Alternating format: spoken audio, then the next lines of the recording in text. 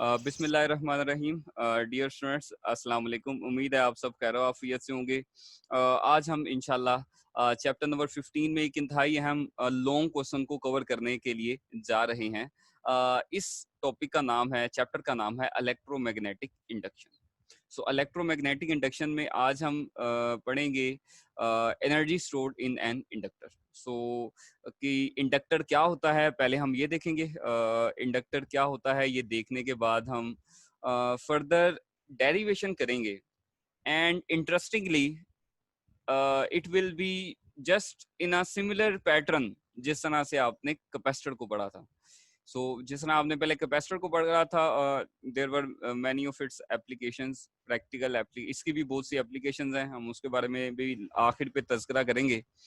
और इसके साथ साथ आप ये बात भी देखेंगे कि जिस पैटर्न में हमने डेरिवेशन की थी ना इलेक्ट्रिक फील्ड इंटेंसिटी की, कैपेसिटर के लिए इलेक्ट्रिक फील्ड की टर्म्स में हमने energy stored in a capacitor पढ़ा था। अगर आप चाहें तो इन टॉपिक्स को लिंक करके पढ़ें, आपको बहुत सहूलत हो जाएगी। जैसे हमने इलेक्ट्रिक फ्लक्स भी पढ़ा, हमने मैग्नेटिक फ्लक्स भी पढ़ा, इलेक्ट्रिक फील्ड इंटेंसिटी भी पढ़ी, मैग्नेटिक फील्ड इंटेंसिटी भी पढ़ी, वहां पर कैपेसिटर पढ़ा, यहाँ पर इंडक्टर पढ़ रहे हैं। So it will become much more easier for you to correlate the chapters, and इस तरह से याद करना भी काफी और समझना भी काफी आसान होता है। सो हम दो पार्ट्स में डेरिवेशन करेंगे। पहले हम energy stored in an inductor के लिए सादा डेरिवेशन करेंगे जिसमें करंट के लिहाज से, देन हम डेरिवेशन करेंगे in terms of magnetic field strength. So let us start. These are the contents that we will follow and up to this point derivation का हाफ हिस्सा होगा, और फिर हम अपनी एनर्जी को in terms of magnetic field जो है वो डिटर्मिन करेंगे। So just take a look back. Last lectures में हमने क्या पढ़ा? Mutual induction and self induction को पढ़ा था। म्यूचुअल इंडक्शन में हमारे पास दो कॉइल्स होते हैं, तो एक कॉइल्स में करंट की चेंजिंग की वजह से किसी दूसरे में मैग्नेटिक फ्लक्स की चेंज की वजह से ईएमएफ इंड्यूस हो जाता है, तो उसको हम म्यूचुअल इंडक्शन कहते हैं। शाबाश, वेरी गुड। इंडक्टेंस है, उसके यूनिट्स हैं, और किसी भी कॉइल की इंडक्टेंस 1 हेनरी होगी अगर उसमें 1 ampere per second current change होने की वजह से, if rate of change of current of 1 ampere per second, वो उसमें 1 वोल्ट ईएमएफ जो है वो इंड्यूस कर दे। सो हम इसको क्या कहते हैं जी? We call it henry. So let us now proceed further. So let us first see के what do we mean by inductor? So I would like to ask what is meant by capacitor. Ji Sir, those instrument which is used to store the charge. शाबाश। तो बिल्कुल ठीक जी। एक ऐसा device जो कि electric charge को store कर सकता है on the plates, and it can store electrical field between the plates. So field lines जो हैं दरमियान में वो स्टोर होती हैं from positive negative in terms of electric field. So a device which can store electric field is known as capacitor. उसी ही तरह से इंडक्टर क्या होता है? इंडक्टर एक ऐसा डिवाइस होता है जो कि जिसमें से जब करंट पास करता है, so now the charges are not static, rather the charges are moving. So ये अपने फील्ड के अंदर, ये अपनी कॉइल के अंदर किस शक्ल के अंदर एनर्जी को स्टोर कर सकता है? वी ऑल नो कि जब किसी सोलेनाइड में से, जब किसी कंडक्टर में से पास करती है आपकी करंट, सो करंट पास करने की वजह से उसमें डेवलप हो जाती है एक मैग्नेटिक फील्ड, जस्ट लाइक अ बार मैग्नेट, एक बार मैग्नेट की तरह। और इसको इलेक्ट्रोमैग्नेट कहते हैं बिकॉज जब तक करंट पास करता रहता है उतनी देर तक मैग्नेटिक फील्ड मौजूद रहती है, लेकिन जैसे ही करंट पास करना खत्म हो जाता है तो आपकी मैग्नेटिक फील्ड जो है वो वैनिश हो जाएगी। So this is why it is electromagnet, one of the type of electromagnets. इसके बाद ही बात ये है कि यहाँ पर energy store. So what is an inductor? Inductor is a device which can store energy in shape of magnetic field. So एक ऐसा डिवाइस जो कि मैग्नेटिक फील्ड की शक्ल के अंदर एनर्जी को स्टोर कर सकता है, इसको हम कहते हैं एक inductor. So hopefully it will be very clear. So coming towards your text book, so आपकी टेक्स्ट बुक में अगर आप देखें, सो वी ऑल नो कि ये एक टर्न कॉइल है जो हमने सेल्फ इंडक्टेंस के लिए, सेल्फ इंडक्शन और म्यूचुअल इंडक्शन दोनों के लिए स्टडी की थी। लिहाजा अब हम देख रहे हैं एक कॉइल को जो कि कोर के ऊपर वाइंड की गई है, सॉफ्ट आयरन की कोर के ऊपर, ताकि हम मैग्नेटिक फील्ड की स्ट्रेंथ को मेंटेन कर सकें। और वो कहता है कि हमने यहाँ पर अटैच किया हुआ है एक बैटरी को। So we have attached a battery जो कि पावर सप्लाई करेगी चार्जेस को कि वो सर्किट में हरकत कर सकें। तो फर्ज करें इब्तदाई तौर पर अगर ये स्विच ओपन है, let us say that initially the switch was open, so when it was open तो इब्तदाई तौर पर जो करंट होगा दैट विल बी जीरो। सो वो करंट जीरो होगा। लेकिन जैसे ही हम सर्किट को क्लोज करेंगे, as soon as we close the circuit, तो बैटरी मेहनत करती है चार्जेस के ऊपर। So battery does the work over the charges in order to derive it into the circuit. लेकिन आपको पता है जब बैटरी ये मेहनत करना स्टार्ट करेगी तो करंट की मिकदार जीरो से, सो करंट की मिकदार जीरो से इंक्रीज हो रही होगी, जीरो से इंक्रीज होती जाएगी। और वी ऑल नो कि जब करंट इंक्रीज होता है, करंट चेंज होता है, so a changing current has a changing magnetic flux. So a changing current has a changing magnetic flux. और जब भी किसी कॉइल में फ्लक्स चेंज हो तो उसमें इंड्यूस हो जाती है एक ईएमएफ। सो इसमें ईएमएफ इंड्यूस होगी एंड मैग्नेटिक फील्ड की शक्ल के अंदर इसके अंदर एनर्जी स्टोर होगी, अनलेस और until the current keeps on passing through the coil.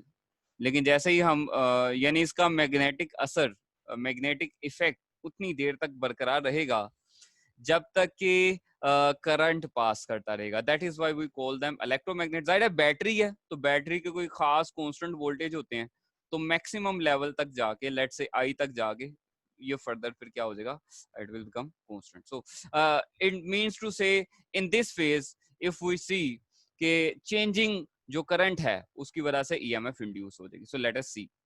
So inductor किसका बना होता है जी, एक wide wound over the magnetic core. Then we have inductor, a battery, and a switch. So when the current changes from 0 to its maximum value, so the changing current, what it will do, a changing current will induce an EMF. So EMF induce होगी, और जब EMF induce होगी तो उसके मुखालिफ, क्योंकि आपको पता है इंड्यूस्ड ईएमएफ अपने सोर्स को अपोज करती है, तो बैटरी को किसके खिलाफ मेहनत करनी पड़ेगी, इंड्यूस करंट के खिलाफ। So it has to do work against the, और ये अपलिफ्ट करने में कौन मेहनत करेगा, ये बिल्कुल वैसे ही है कि जैसे एक टैंक है, समझ ले टैंक आपका इंडक्टर है जो भी खाली है। तो अगर आपने टैंक को फिल करना है, किसी खास हाइट के ऊपर ये पड़ा हुआ है, तो क्या करना पड़ता है, क्या लगाते हैं हम जो पानी नीचे से पहुंचाएगा, या तो आप किसी कोई इंसान को मजदूरी करवा लें, उसे कहें कि भाई तुम बकेट्स को फिल करते जाओ और मेरे वाटर टैंक को फिल करते जाओ। लेकिन नॉर्मली हमारे घरों में क्या चीज इस्तेमाल होती है, हमारे घरों में इस्तेमाल होती है एक मोटर। तुम शाबाश। सो इलेक्ट्रिक मोटर वो मेहनत करती है आपके पानी को लोअर पोटेंशियल से हायर पोटेंशियल की तरफ लेकर जाने के लिए। उसी तरह से बच्चों ये काम यहाँ पर कौन करेगा, यहाँ पर ये काम करेगा आपकी battery. So this is a initial explanation of our circuit. So having done that we can now move towards the derivation part. तो the work is done by the battery. So the work is done by the battery in order to store energy inside an inductor. So the work done can be given by आप सबको याद है हमने chapter number 12 में पढ़ा था, V is equal to W over Q. V is equal to W over Q के मुताबिक जब Q को आप यहाँ पर लाकर मल्टीप्लाई कर देंगे, so when you will multiply Q over the other side, तो आपको पता चलेगा कि W जो कि वर्क है, this work will be stored in terms of potential energy. और कौन सी potential energy, magnetic potential energy, that is I will take a pause later इस सेशन इस पहले वाले सेगमेंट को आप खत्म कर लें। जैन कुछ पूछना चाहते हैं तो आप पूछ। So the Q delta Q is a charge that will be moving through this inductor coil, and there is EL. EL is representing self-induced EMF, क्योंकि जो वोल्टेज यहाँ पर अपीयर होंगे इंडक्शन के नतीजे में, क्योंकि हम तो इंडक्शन की बात कर रहे हैं ना, सो इंडक्शन के नतीजे में जो वोल्टेज इंड्यूस होंगे that is represented by EL. So which means कि self-induced EMF. So we all know, अभी हमने last time study किया है that the self-induced EMF can be represented by E is equal to light. It is represented by E is equal to light, L delta I over delta T, जिसमें L किसको represent कर रहा है? L represent कर रहा है आपको यहाँ पर self inductance को, और delta I over delta T is representing the change of rate of change of current. So we will simply substitute the value of E. So ये formula था हमारा, इसमें W की जगह पे तो W है, delta Q की जगह पे delta Q है. So we have only substituted the value of self-induced EMF.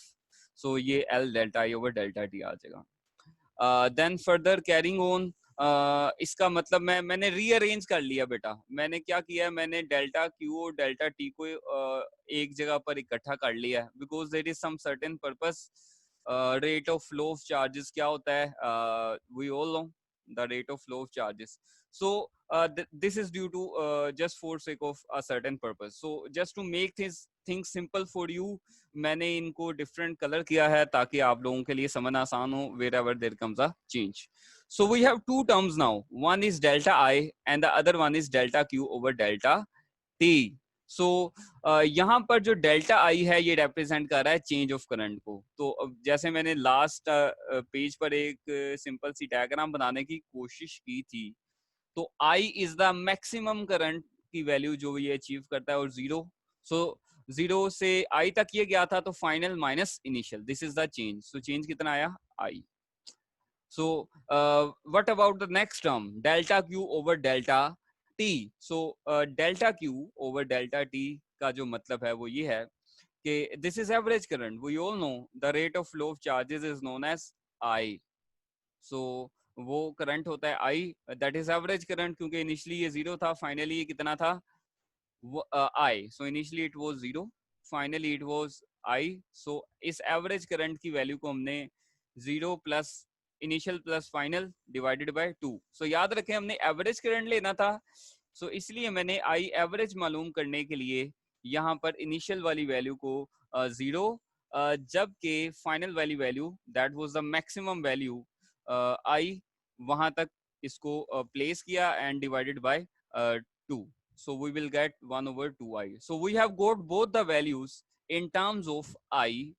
तो मैंने डेल्टा I की जगह पर I लिख दिया है बेटा, और delta Q over delta T की जगह पर हाफ I लिख दिया है, जो हमने अभी इनिशियल और फाइनल कंडीशंस के जरिए सब्स्टिट्यूट किया है. I और I भाई भाई इनका स्क्वायर आ जाएगा, so you will get LI half LI square.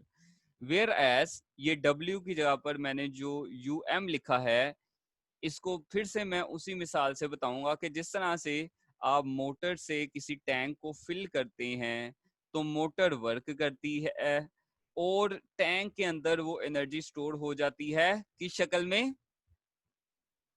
Potential energy की शक्ल में. कौन सी पोटेंशियल एनर्जी?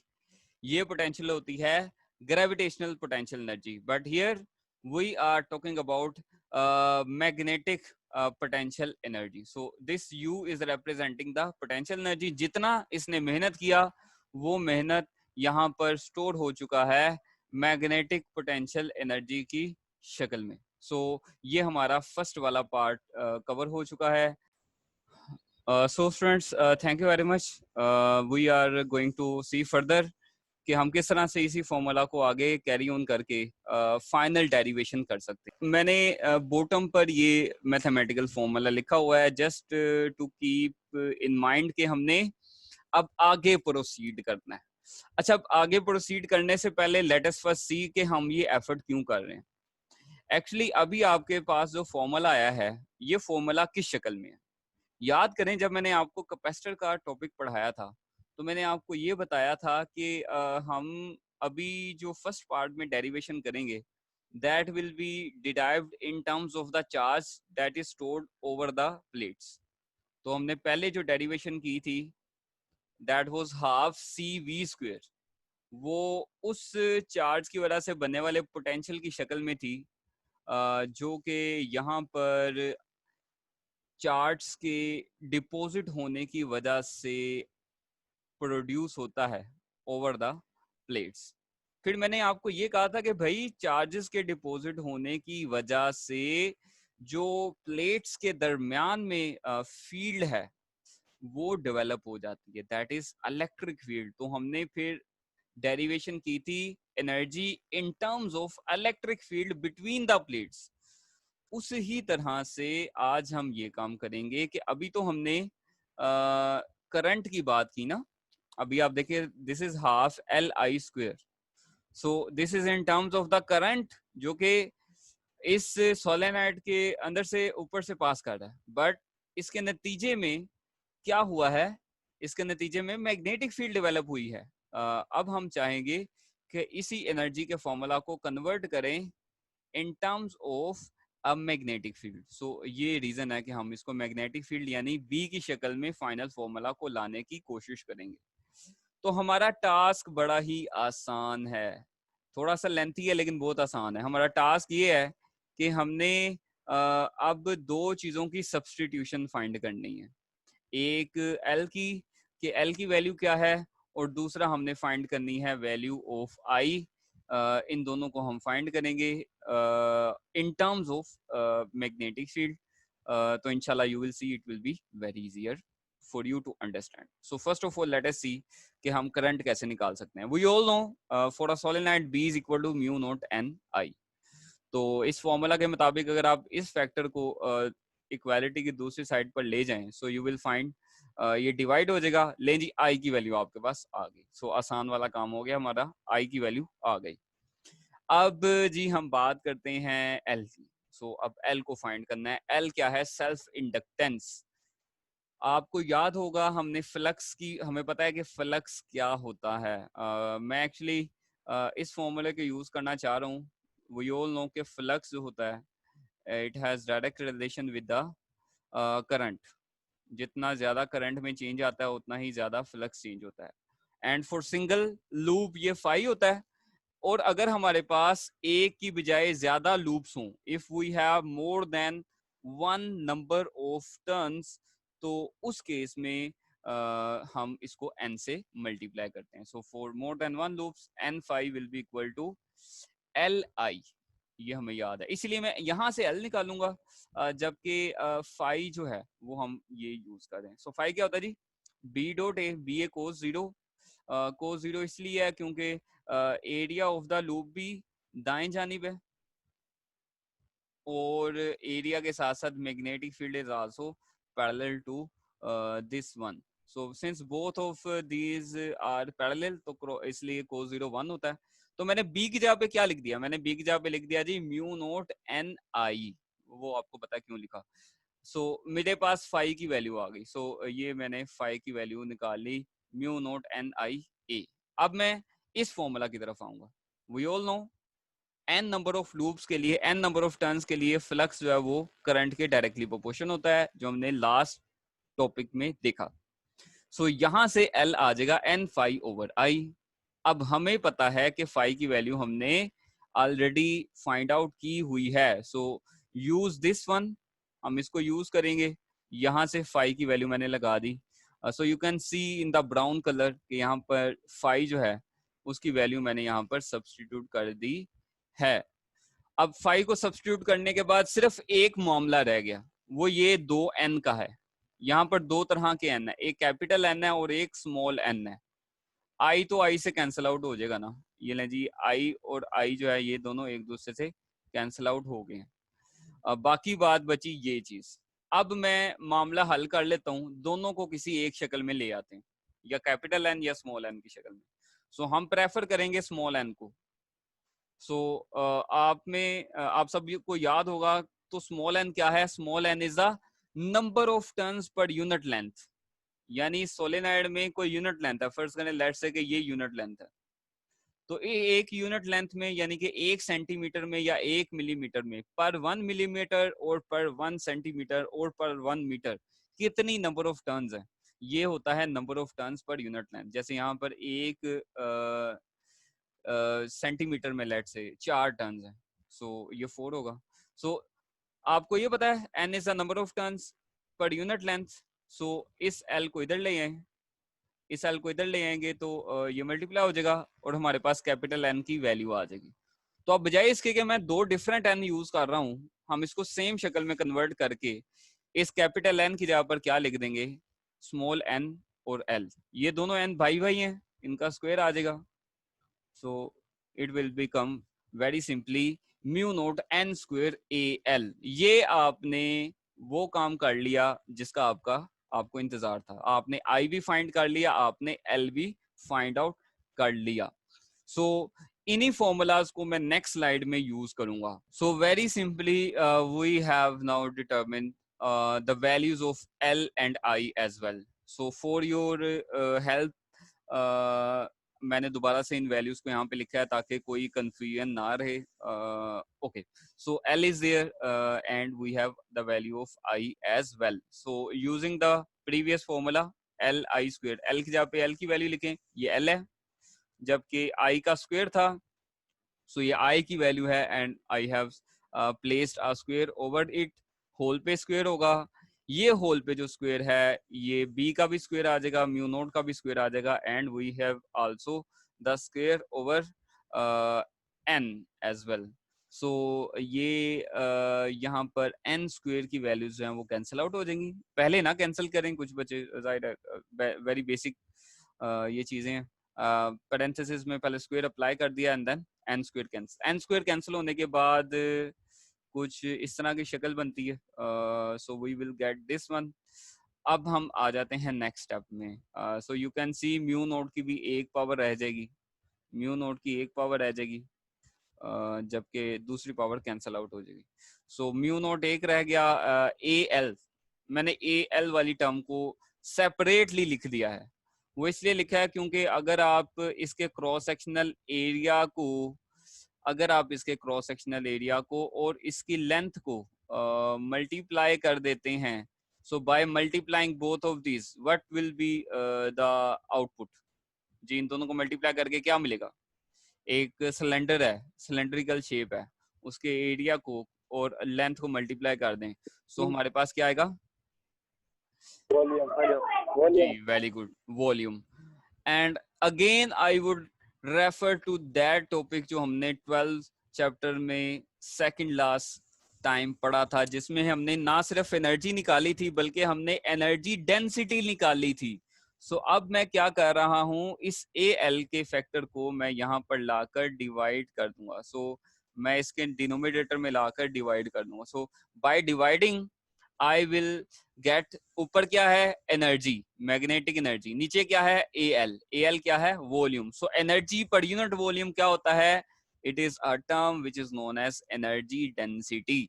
सो एनर्जी डेंसिटी क्या होती है जी? The magnetic energy stored per unit volume. किसी यूनिट वॉल्यूम में कितनी मैग्नेटिक एनर्जी स्टोर्ड है वो रिप्रेजेंट करेगी उसकी एनर्जी डेंसिटी को। आपको समझाने के लिए मैं बताता हूँ कि फर्ज करें ये एक वॉल्यूम है ना, तो अगर इसमें इतनी मैग्नेटिक फील्ड स्ट्रेंथ है लाइक दिस, जस्ट इतनी मैग्नेटिक फील्ड स्ट्रेंथ है, just for sake of simplification, where as you have another unit volume. ये तो मैं वैसे इसका आइडिया थोड़ा सा चेंज हो जाएगा, सो चले मैं इधर स्केच कर देता हूँ। सो अगर आपके पास यहाँ पर एक और यूनिट वॉल्यूम है, unit volume means 1 millimetre cube और 1 सेंटीमीटर क्यूब वगैरह वगैरह, सो ये decimetre cube. So if you can see then in this case, ये सेकंड केस है, not the exact but just एक रफ आइडिया तो मिल जाएगा ना। So in this second case, you can see that the density of magnetic field, the energy density is much more इस unit volume में. Unit volume का मतलब है हमने बस एक छोटा सा सेगमेंट लिया है. सो हो सकता है ये आगे कॉइल जो है वो आगे भी फैली हुई हो, ये यहाँ से आगे भी जितनी मर्जी टर्म्स हो, but we are only talking about this unit volume, क्योंकि इतने हिस्से का पता चल गया तो आगे जितनी भी लेंथ होगी वो हमें मालूम रहेगी. So this is what do we mean by energy density, के किसी यूनिट वॉल्यूम में कितनी आपके पास स्टोरेज है मैग्नेटिक फील्ड की. सो ये एनर्जी डेंसिटी आ गई. So energy density is directly proportion to the square of magnetic field. So you can see कि हमारा जो फाइनल फॉर्मूला है that has been now obtain in the shape of magnetic field. So now we can say that the magnetic energy has a direct relation with the square of the magnetic field strength. So just to conclude today's lesson, आज के इस session में हमने कौन कौन सी बातें सीखी हैं. सो फर्स्ट ऑफ ऑल हमने सीखा है कि इंडक्टर एक ऐसा डिवाइस होता है जो कि मैग्नेटिक एनर्जी को स्टोर कर सकता है, जो एनर्जी को स्टोर कर सकता है in shape of magnetic field, just like a capacitor जो कि इलेक्ट्रिक फील्ड की शेप में स्टोर करता है. Then we have first of all in the first half we have drive the energy in the shape of current जो कि inductor के ऊपर से पास कर रहा होता है.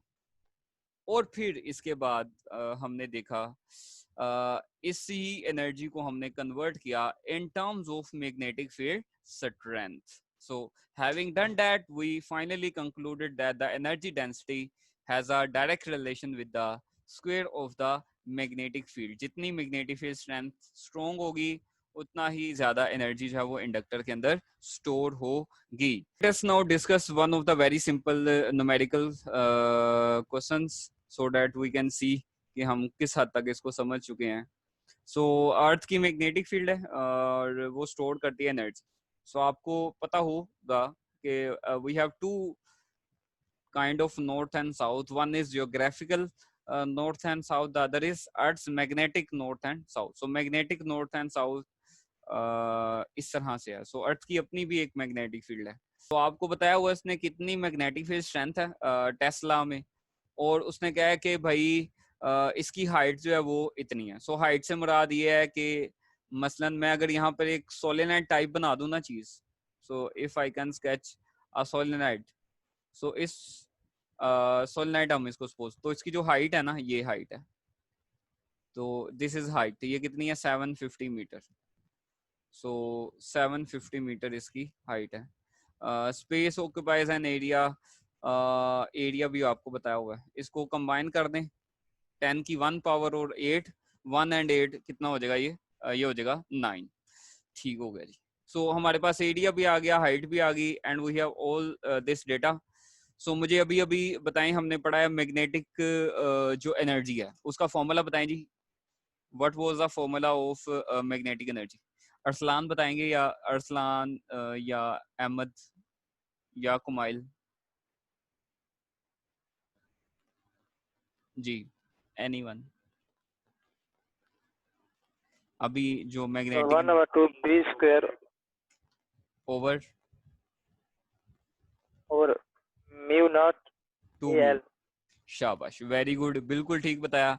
सो this is 1/2 b² mu naught and al, where b is the magnetic field strength in Tesla, a is the area in square units, and l is the length यानी कि height आ जाएगी, and mu naught is a constant. इस constant का नाम क्या होता है जी? Mu naught क्या होता है? Mu naught Permeabilities. permeability of free space. शाबाश, वेरी गुड.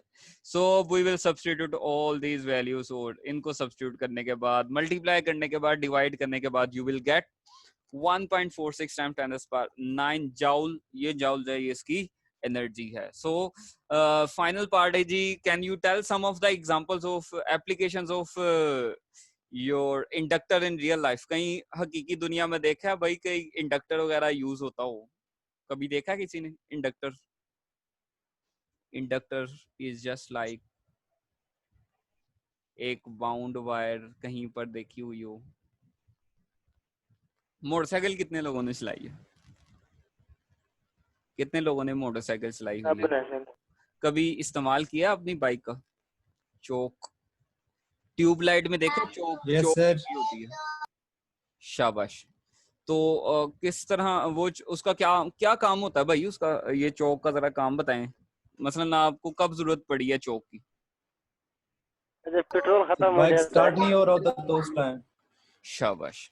तो बाइक स्टार्ट नहीं होता, आप क्या करते हैं? चौक उठाते हैं, चौक उठाने के बाद किक लगाते हैं, ऐसे ही करते हैं ना?